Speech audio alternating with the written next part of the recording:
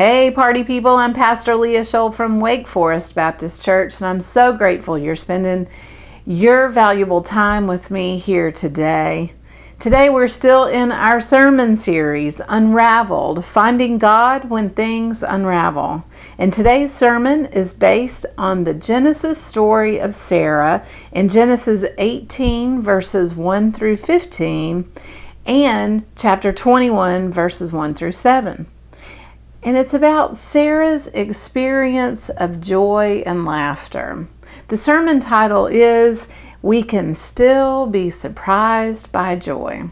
So be strong and courageous. Do not be afraid, for the Lord your God is with you wherever you go. Mary Oliver said in a poem, "We shake with joy, we shake with grief. What a time they have, these two, housed as they are in the same body." Our Bible story today is a story of grief.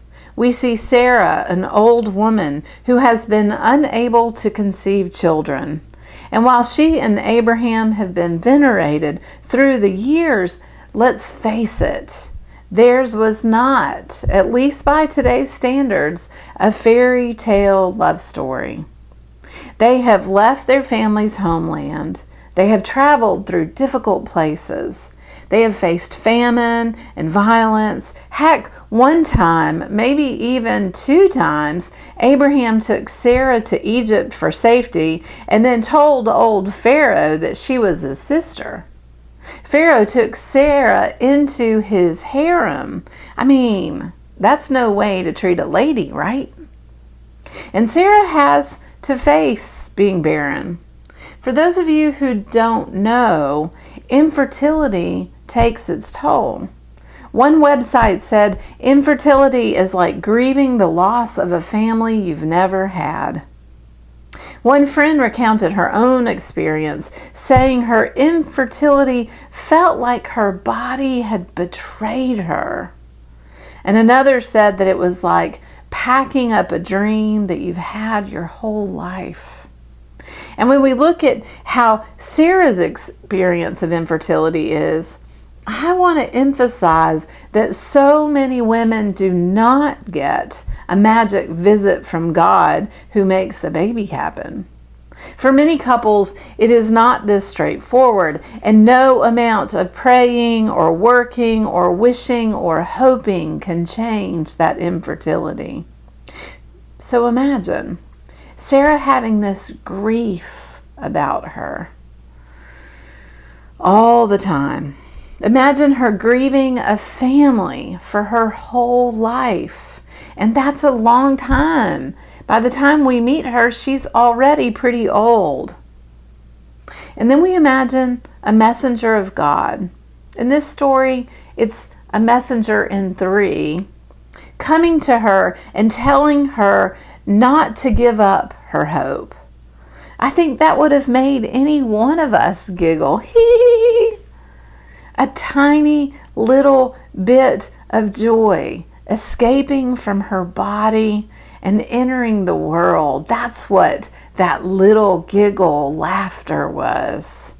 The messenger of God asks her, "Did you just laugh?" But what a moment when Sarah asks, "Am I to have pleasure?" And the messenger says, "Is anything too wonderful for God?" Let's hear Mary Oliver's words again. We shake with joy, we shake with grief. What a time they have, these two, housed as they are in the same body.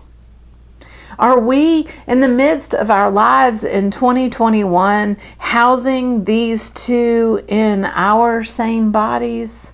Do we have both joy and grief? I think so. I saw it for me in the shutdown. While I was anxious and worried and so sad not to be with my people during the shutdown, I was also experiencing some of the most genuine connection between Drew and I. We were bonding over being together, being there for one another. those moments together didn't make up for the trouble of the lockdown, but they did make it bearable. I have also experienced joy in the midst of awful days. This week, as you know, our dear friend Harold Tedford died on Wednesday. I went to visit he and Josie on that last day, and there was, even in those terrible moments, there was some delightful joy. When Josie pointed out to me that the t-shirt that Harold was wearing on what would turn out to be his final day of life on this earth, his t-shirt said, "Today I am the oldest I have ever been." But most of the time, joy doesn't just happen. In her book, The Language of Emotions, y'all know this is one of my favorite books right now, Carla McLaren says that joy signifies affinity and communion. And it's different from happiness in that it is deeper and somehow larger. She says that the gifts of joy are expansion, communion, inspiration, splendor, radiance, and bliss. And that the internal statement of joy is thank you for this radiant moment. In other words, joy makes us feel gratitude. Also, according to Carla McLaren, joy will seek you out if you let it move in its own time and its own way, not in yours.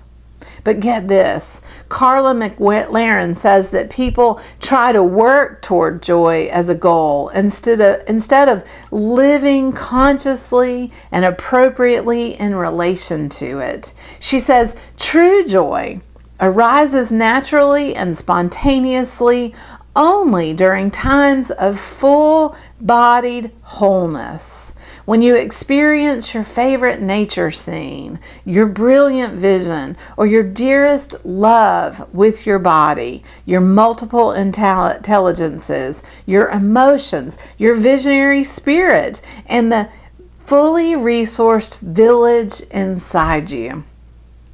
The wonderful sensations of joy, she says, arise not because you shut down element after element, but because all parts of you are awake enough to be touched and permeated by radiance and bliss. In other words, joy exists in the same body. Not instead of the hard things, not greater than the hard feelings that we feel, but just alongside them. We should take time to thank the joy for being there, and then thank ourselves for making our lives a place where joy can exist. Let's go back to Sarah again. This is the same Sarah whose husband passed her off as his sister. The same Sarah who forced her slave to have sex with her husband and have a child. The same Sarah who kicked Hagar out of her home. This means that you don't have to be perfect to feel joy. You don't really even have to be good to feel joy. And all the things around you don't have to be perfect or even good to feel joy. You just have to be awake. We shake with joy. We shake with grief. What a time they have, these two, housed as they are in the same body. May you find yourself some joy this week. I love you, and I love being your pastor.